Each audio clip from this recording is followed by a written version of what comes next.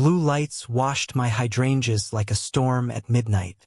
The HOA president stood at my fence, finger stabbing the air, telling the officer I'd trespassed on my own yard. I lifted my badge wallet not to flex, but to document. The camera blinked red. Her smile blinked back. Before I start let me know in the comments where in the world you are watching this from. I read every single one, and I'd love to give you a personal thank you for being here. The morning smelled like wet soil and hot coffee, that quiet mix that makes a porch feel like a promise. I was trimming the hydrangeas my daughter, Maya, planted in spring. 12 years old, proud of every bloom. My wife, Erin, had left early for her hospital shift, leaving a note. Water slow. I measured the grass with a pocket gauge, a small ritual I'd adopted after the HOA's last warning. 3 inches, neat edges, walkway swept. Then came the knock. 2 officers by the curb, their boots pressing half-moons into our damp lawn. Sir, complaint of trespass, the taller one said, reading from his screen. Your HOA alleges you crossed into common space. I inhaled, slow, steady. Common space? I asked. Officer, that's my deed line. His body cam blinked silently. So did mine. Marla Denby, HOA president for 7 brittle years, appeared like a weather vane in lipstick. Clipboard hugged to her chest, jaw set. Rules are rules, she said like it tasted good. I kept my voice even. Show me the boundary. She pointed to a sun-faded stake 5 feet inside my fence. My fence. That's a courtesy marker, I said. Not title. She smirked. You attorneys think you can talk around grass. I didn't argue. I documented.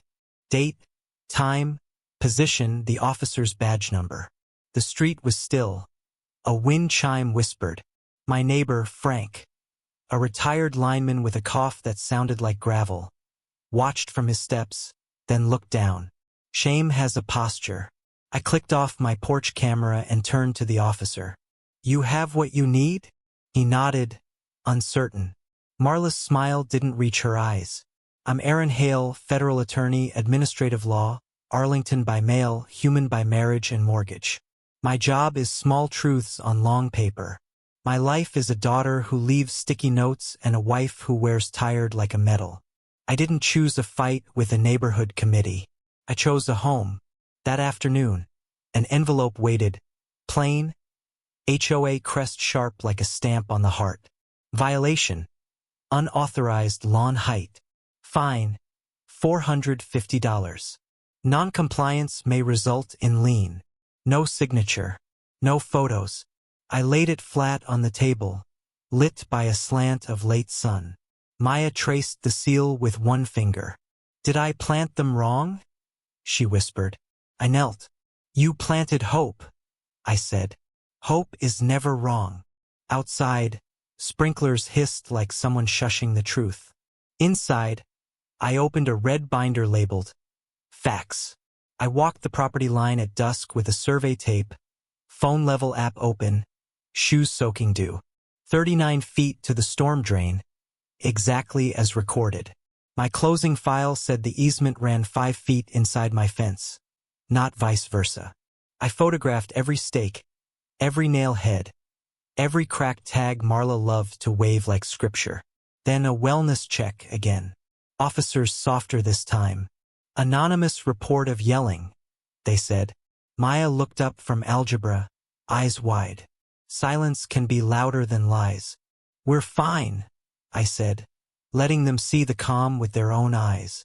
After they left, Frank shuffled over with a dented thermos.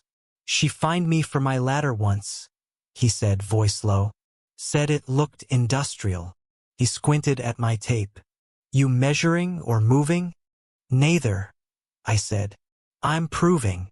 The clubhouse smelled like lemon cleaner and old arguments. I sat in the back beneath a fluorescent hum that made everyone look tired. Marla called the meeting to order, sugar over steel. Enforcement update, she said. Certain residents persist in non-compliance. She didn't look, but the room did. I raised my hand. Question for the record, I said. What authority supports off-property surveillance by volunteer enforcement? Papers rustled. Someone coughed. Marla's smile thinned. Neighborhood watch, she said. Then you have permits. Indemnity coverage, I replied. Post them. A small woman near the exit, Mrs. Kaplan, touched my sleeve as I Saturday. They sent me 3 citations the week after my husband died, she whispered. Grief has a way of making rules feel like knives. On my notepad, I wrote one word at the top, pattern, and another beneath it, leverage. The next morning, I started digging quietly, meticulously. The HOA covenants were clear, and I had something most residents didn't, a familiarity with the fine print. I pored over every legal document, every deed, every plot map. I remembered something my dad told me once when I was young. The truth's always in the details. I found it an unnoticed anomaly. The HOA's easement didn't align with the property line they were enforcing. They were claiming jurisdiction over land they didn't own. My phone buzzed. Maya's text, Dad, I believe in you. Simple words, but they hit like a stone. I smiled. Then, my phone buzzed again. Another violation notice from Marla, for trash cans. The cans, hidden behind the fence, violated some obscure aesthetic guideline.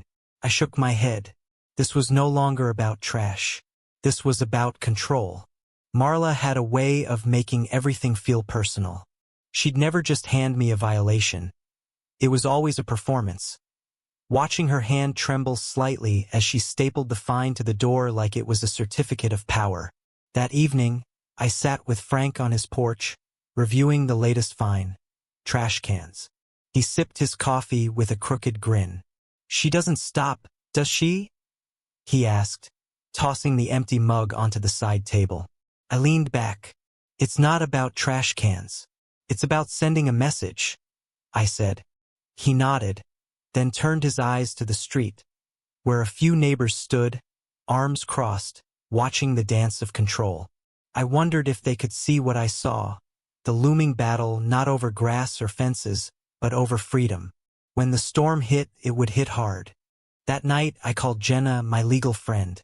The connection was quick. She could tell from the tone that I was close. I'm getting close, Jen. This isn't just about Marla anymore, I said, tracing the outline of the deed on my desk.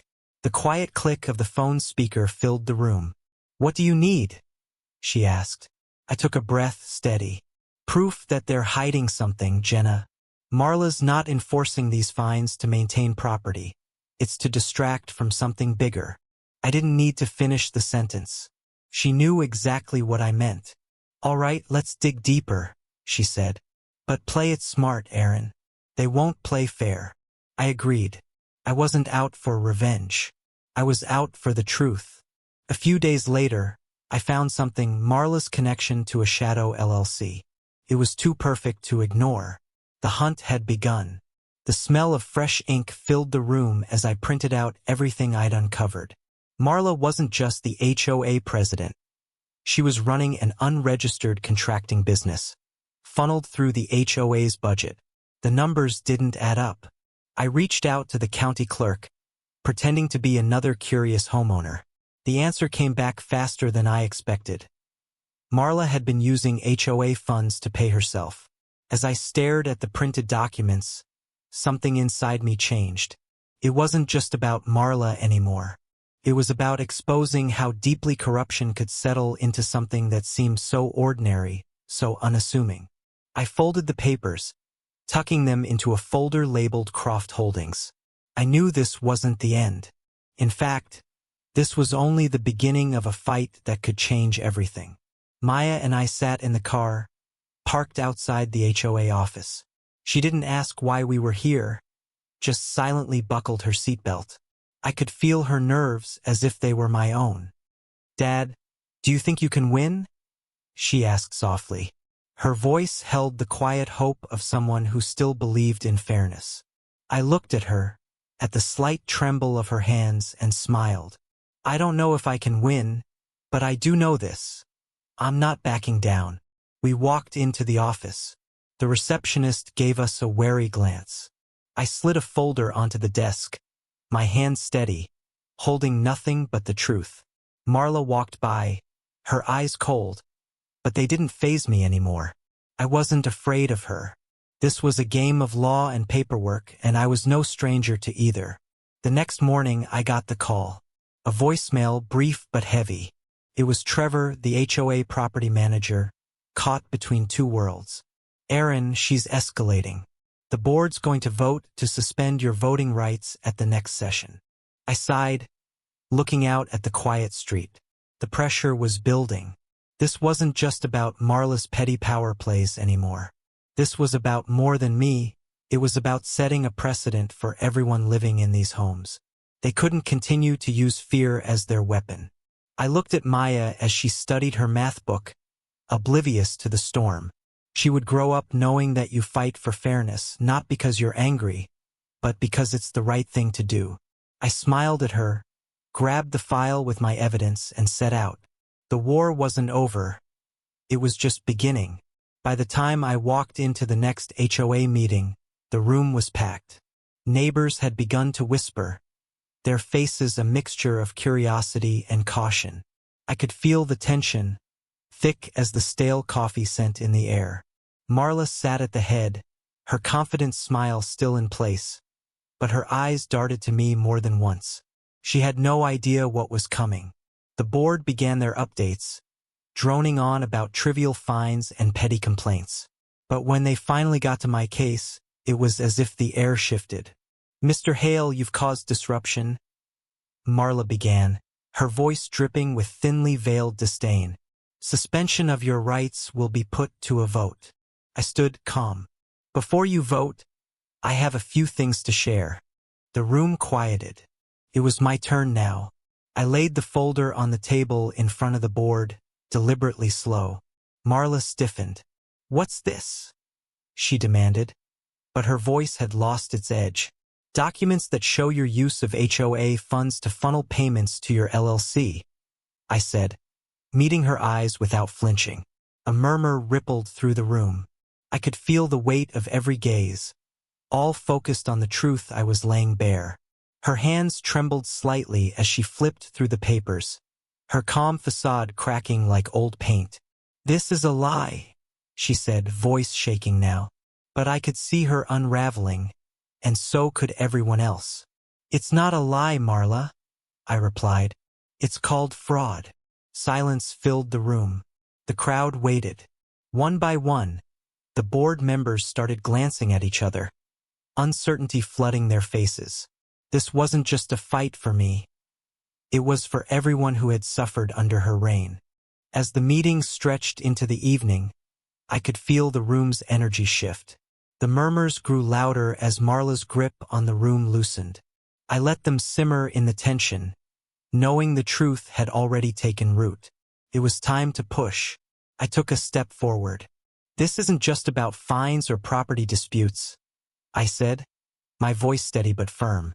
"This is about accountability. You can't use your position to bully residents into submission anymore. We deserve better." A few heads nodded in agreement, but there were also those who still clung to silence, either afraid or complicit. But the cracks were there, undeniable. After the meeting adjourned, I caught a few neighbors, their faces softer now. "What happens next?" one of them whispered. I smiled grimly. "We keep pressing," because I wasn't going anywhere, and neither were they. The days that followed felt like a breath held too long. No new notices, no fines, but I could feel Marla's desperation behind her every smile. Trevor called again, his voice low. "The board's worried, Aaron.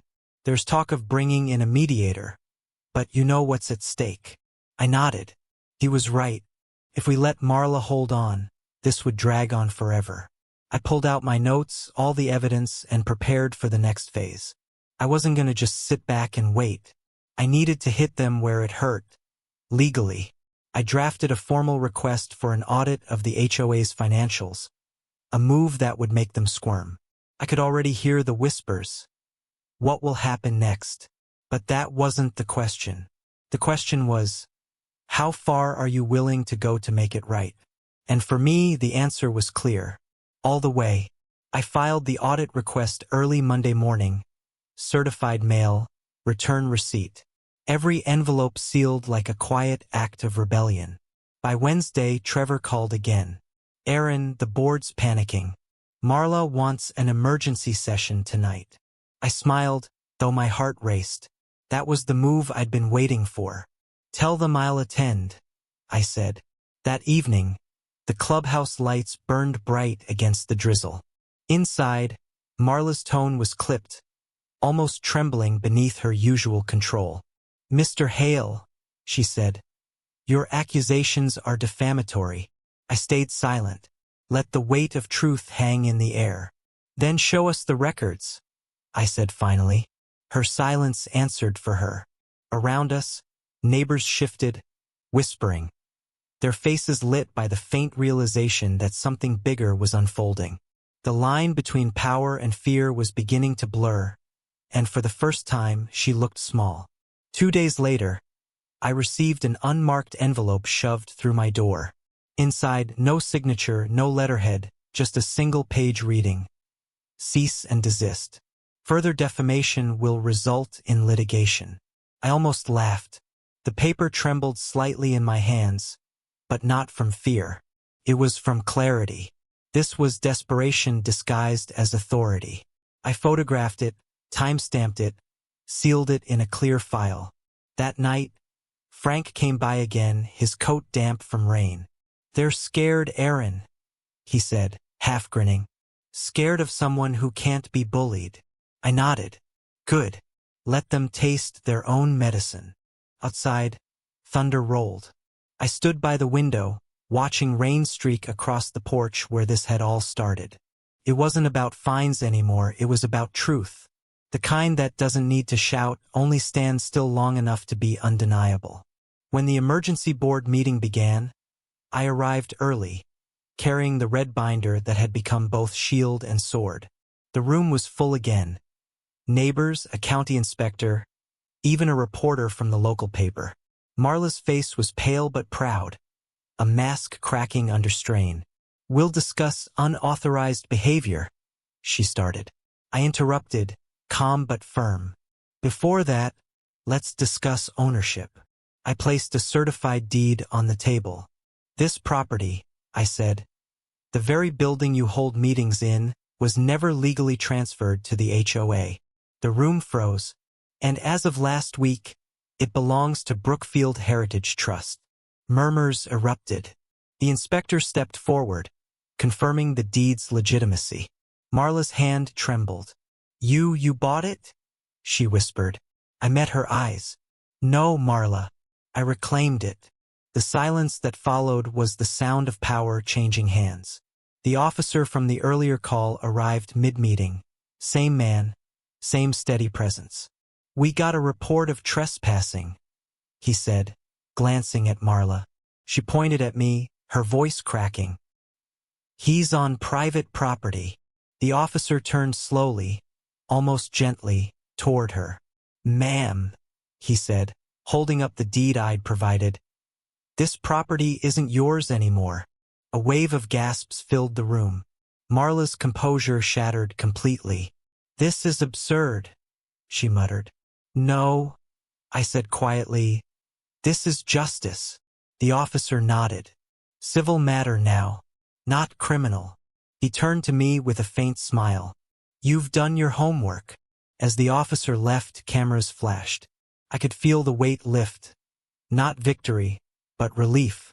Marla sank into her chair, staring at her hands as if they no longer obeyed her. For the first time, silence didn't belong to her. It belonged to everyone she'd silenced. Weeks passed. The HOA website went dark. The board resigned one by one. An audit confirmed everything: Marla's misuse of funds, her self-dealing contracts, her intimidation tactics. The neighborhood changed slowly, like winter giving way to spring. Frank replaced his dented mailbox. Mrs. Kaplan planted roses. The playground reopened. Maya's hydrangeas bloomed again, fuller this time, as if the soil itself had exhaled. One evening, she looked up from watering them and asked, "Does this mean it's over, Dad?" I smiled, kneeling beside her. "Not over, sweetheart. Just better." I watched the porch light flicker, steady and warm. The neighborhood, once ruled by fear, now hummed with laughter and peace. Justice hadn't roared. It had whispered, line by line, until truth became undeniable. If you enjoyed this story, don't forget to like, subscribe, and hit the bell icon for more stories like this. Your support helps us keep telling these powerful, real-life tales. Share this video with someone who needs a reminder that justice still matters. Stay tuned for the next one,